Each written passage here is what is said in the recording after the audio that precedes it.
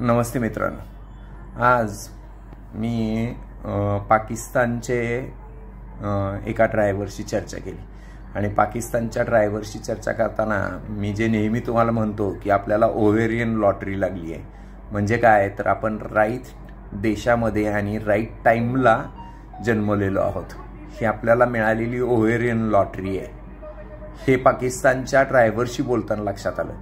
इथं दुबईमध्ये जवळजवळ सगळेच ड्रायव्हर जेवढे मला मिळाले टॅक्सीवाले ते सगळे पाकिस्तानी होते.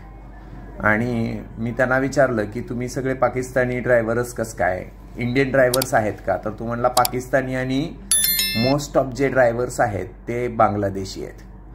मग म्हणलं इंडियन लोक इथं नोकरी करतात का, जॉब करतात? तर तो हो म्हणला.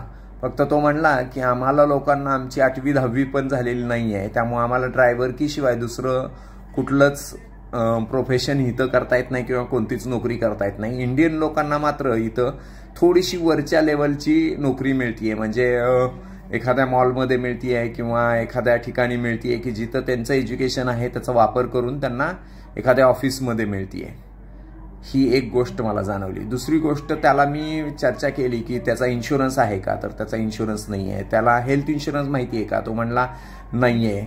मग मी त्याला विचारलं का नाही आहे? तर तो म्हणला आमच्याकडे पाकिस्तानमध्ये ह्याचं नॉलेज देणारे एजंट किंवा याचं नॉलेज देणारी माणसंच नाही आहेत, आणि जरी काही आहेत थोडेफार मोजण्या इतकी, तर त्यांच्यावर विश्वासच कोण ठेवत नाही. कारण इथं सरकारवरच मुळात विश्वास नाही, तर त्या कंपन्यांवर कोण विश्वास ठेवणार, हा त्यांचा प्रश्न आहे. आणि पॉवर्टी इतकी आहे, एवढं अडचण आहे की याच्यासाठी फारसे पैसेही नाही आहेत.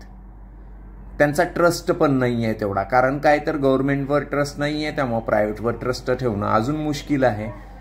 आणि त्याचबरोबर अजून एक महत्त्वाची गोष्ट जी जाणवली ती ही की त्याला विचारलं मग तुम्ही इन्व्हेस्टमेंट कुठं करता, काय करता? तर ते फक्त लँडमध्येच इन्व्हेस्ट करतायत. मी म्हणलं सोन्यामध्ये काय इन्व्हेस्ट करत नाही, सोनं तर चांगलं रिटर्न देत आहे.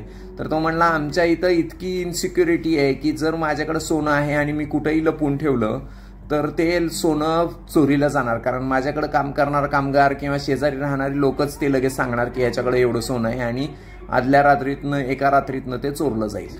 ही भीती आहे आम्हाला आणि हे कॉमन आहे. मग मी म्हणलं मग तुम्ही ते लॉकरमध्ये सोनं ठेवू शकता ना? तर तो म्हणला मला लॉकरमध्ये सोनं ठेवणं सुद्धा सेफ वाटत नाही, कारण बँकेचाही भरोसा नाही. फक्त लँडच अशी गोष्ट आहे की जी कोण उचलून नेऊ शकत नाही. अतिक्रमण होऊ शकतं, पण त्यातल्या त्यात थोडीशी काळजी घेतली तर ते होऊ शकतंय. मग म्हणलं पाकिस्तानातले जी मोठी लोक आहेत ते कुठे इन्व्हेस्ट करतात? तर तो म्हणला पाकिस्तानातली मोठी लोक पाकिस्तानामध्ये इन्व्हेस्टच करत नाहीत, ते बाहेरच्या देशांमध्ये इन्व्हेस्ट करतात. कारण त्यांना माहिती आहे की इथं आपल्याला काहीच मिळणार नाही. मग तू काय करतोस विचारलं. तर तो म्हणला थोडीफार एफडी करतोय. मग मी विचारलं एफडीला किती रिटर्न आहे? तर तो म्हणला 12%. पण गंमत अशी आहे की तिथं महागाई दर पण खूप आहे, त्यामुळं 12% व्याजदर आहे. त्यामुळं व्याजदर जास्त आहे. इन्फ्लेशन जेवढं जास्त तेवढा व्याजदर बँकेला जास्त द्यावा लागतो, कारण हे तिथल्या RBIच्या नियमानुसार असतं. Repo rate, reverse repo rate ह्यावर आपण बऱ्याच वेळा चर्चा केली आहे, त्यानुसारच ही मुवमेंट आहे. तर यातनं आपल्याला शिकायचं एवढंच आहे की वी आर लकी इनफ, पाकिस्तानपेक्षा आपण बरेच पुढं आहोत. यामध्ये अजून एक गोष्ट कळली ती ही की आत्ता सगळे विमान जे कनेक्टिंग असतात ते अबुधाबीला कनेक्ट होतात. म्हणजे भारतातनं किंवा एशियातनं येणारी विमानं अबुधाबीला येतात आणि अबुधाबीवरनं मग युरोप किंवा अमेरिकेला कनेक्टिंग फ्लाईट्स मिळतात. ते कनेक्टिंग हब सेंटर म्हणून जे आहे ते आत्ता अबुधाबी आहे.